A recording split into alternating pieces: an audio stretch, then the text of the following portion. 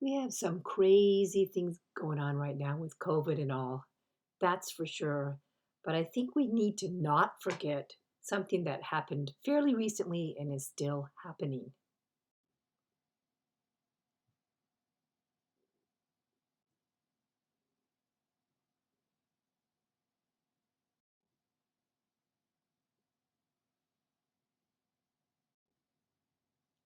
An empathy deficit, ignoring what is going on at our border.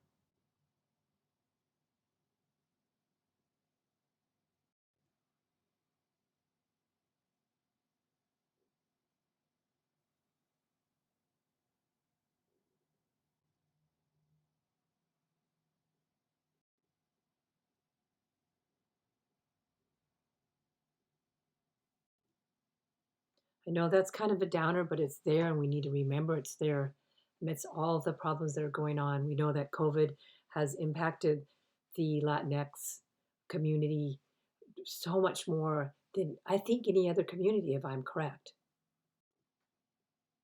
But we're talking about children's literature here, right? But as we do things in an intersectional way, things connect. And so it's hard not to mention the goings on and the reasons why we still have stereotypes and we still have biases. And as I've said before, I'm thinking that children's literature can really help um, reduce stereotypes and help save our world. I really believe that. I'm going to keep saying it. So when we look at Hispanic literature, we're looking at the literature of Puerto Rican, Mexican, Mexican American, Spanish American, Cuban, all of these usually in a combination. This definition is outdated, as I'm going to let you know. So Latino was the umbrella term for a number of years now because what it does is eliminates the gender specificness and also takes it away from that whole Hispanic kind of colonized title that was given to all of these peoples by white people.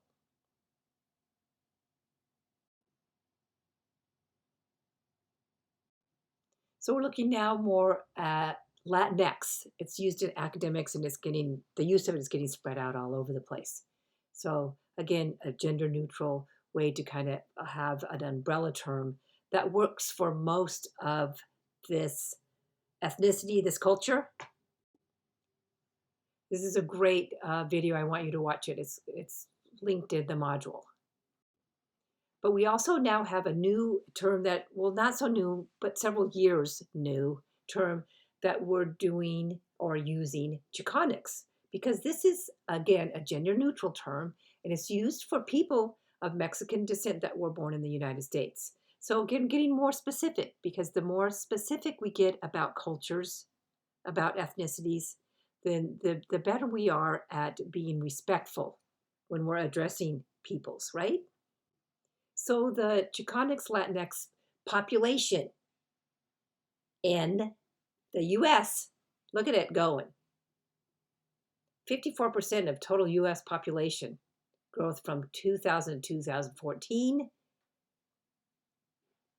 And it's predicted all the way up to 2050 that Latinx, Chicanx will make up approximately 25% of the public school system. That is big, right? That is really big. So we have those many individuals in our school population. How often are they being reflected specifically in books, in children's books? How often is this going on? So if we now have 36%, it's going to go up. What is the reflection of Latinx books? Well, this is the most recent survey taken by a really reputable place. It's CCBC, which stands for, where is it? Somewhere, Cooperative Children's Book Center. It's a really good source. I've used it for years and years. So if we look, the 2018 statistics for Latinx Chicanx, 5% of the books published in 2018. Crazy, right? Only 5% when we realize that 25% easily right now in our classrooms, going up to so much more. 36%, and this is what we have, 5%. We have 50% white, 1%. You can see all the rest. So a couple of years ago, that was less than 5%. It was 2.5%. So it's doubled, but come on. We need so much more. It's improving, but not fast enough. I like this quote: when students from diverse backgrounds read literature that highlights the experiences of their cultural group, they learn to feel pride in their identity and heritage. We know that, right? We've been talking about that, and we know that. So, one of the first characters in a children's book that received an award, 1927 Newbery Medal Award. This is not a picture of it, but what was in there, the first Latinx character was a villain. Okay, the focus of this character, illegal activity. So that was where it started, where we have some recognition. Not the right kind of recognition, right? And a really well-known, fabulous author and artist, illustrator, Maya Christian Smith Gonzalez, she's telling people, hey, we can't fall into the stereotypes that we typically fall into when we're talking about Chicanx, Latinx children's literature. She says, calls it the overabundance of fiesta and tamale books, right? So that when we pull out all these books reflecting Chicanx, Latinx culture, this is a lot of what's focused on. And it's focused on this for a lot of cultures, right? Just the food and the festivals, and we're just going to have so much fun with it and not make anyone contemporary. And this happens with a lot of Latinx, Chicanx books as well, children's books.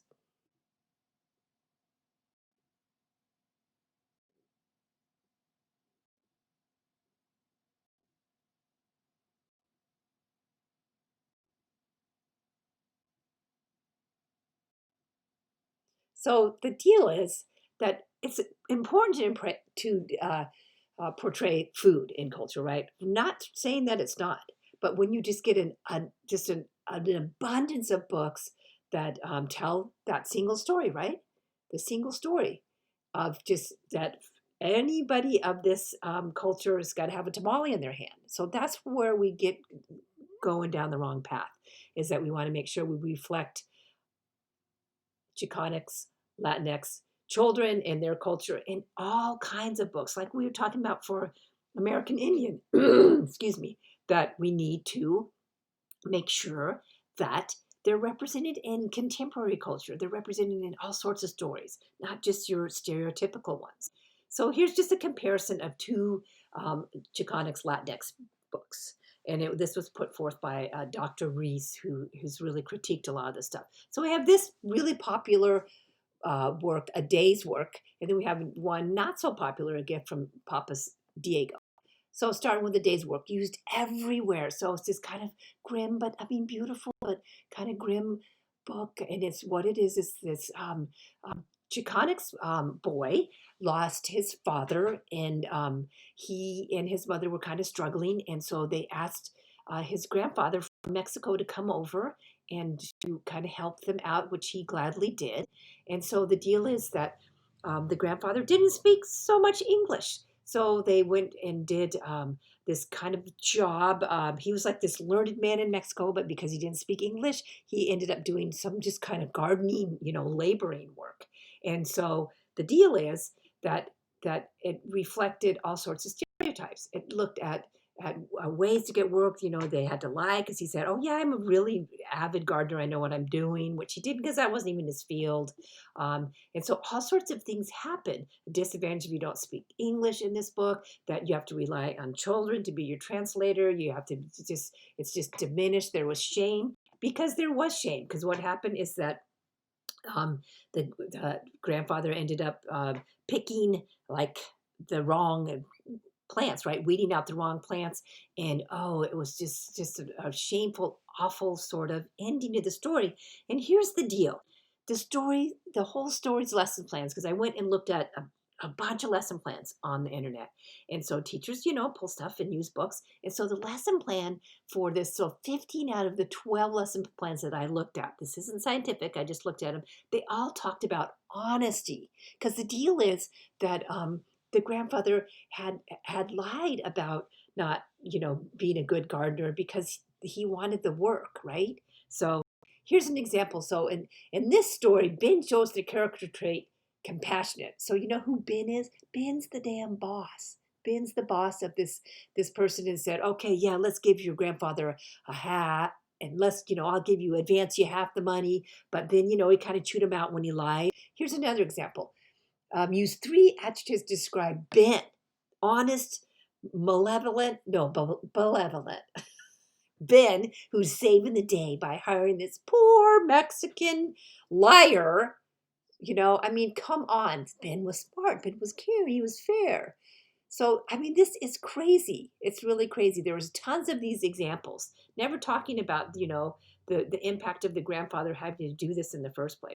Okay, so I could go on and on about this book. I'm not going to. Let's compare it to this one. Just a really fun kind of book. Another book about grandfathers and grandsons, and all sorts of stuff was going on with this. We got some Spanish words in here. We got kind of a light take on a family. And again, not to have important issues in there, but not to have them in such patronizing ways. So kind of crazy. I don't really like clay animation kind of stuff, but look at it's happy and wonderful, talking about the family, talking about the grandfather and the grandson's relationship, and all these cool, positive things that were happening in this book, right? A long list of them. So again, Dr. Reese and Dr. Mendoza talking about the idea of these 2 books. Here's why it's dangerous to have a single story. Because the deal is a day's work gets so much coverage from teachers, as you saw, and from being checked out of the library. So, they looked into, their local library. There was 4 copies of a day's work. They had 1 copy of a gift from Papa Diego. It never had been checked out. Again, that people say, oh, that day's work is just lovely. It's beautiful. It's wonderful. Call the local bookstore, and they never heard of Papa Diego, but they could order it. But look at the hits on Amazon in terms of sales. And this was from a while ago, but it's still reflected because it still be happening. How many more people were buying and reading a day's work? So again, the danger of a single story, right? That one book covers it. And that's the problem that we perpetuate when we take stereotypical books and use them all the time. Teachers are very guilty of this because they don't feel like they have other resources. So even though we're getting much better with Chicanx and Latinx representation in books, we need so much more. There's great stuff out there too. Those things need to be circulated in case I broke that up. Yeah, fabulous. Pat Mora, just an amazing author. So let me remind you again, 5% of the books out from 2018 only reflected the Chicanx and Latinx culture. This guy is just so incredible, incredible author and an incredible artist, illustrator. And what we need to do is have more of this out there, right? Because when students from diverse backgrounds read literature that highlights the experience of their cultural group, again, remember I said it, they learn to feel pride in their identity and heritage. And guess what? When other children of other cultures read this stuff too, they get to know so much more about the world around them and how wonderful and amazing other ethnicities, other cultures are. So it's getting better in the Latinx canon of children's books, right? So, I'm always saying how wonderful African-American children's books are. Well, Chicanx Latinx books are getting up there too, and talking about important issues, reflecting important people in their culture, right? Cesar Chavez, so important.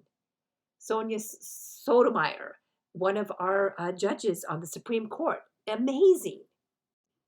So I'm going to ask the same thing. How do we help counter sexist and racist messages? We're going to change the messages, right? We're going to change them. Ooh, change has an extra E on it. Sorry about that.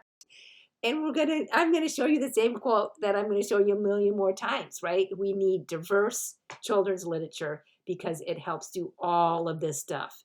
It helps foster a respect for other cultures, foster a pride for your culture. And there's some great books out there, some really good books out there, and they're being more and more coming out all the time. And it's so exciting. It's such a beautiful, beautiful canon of literature, some amazing illustrators and amazing writers as well. But oh my gosh, the illustrators just knock me out.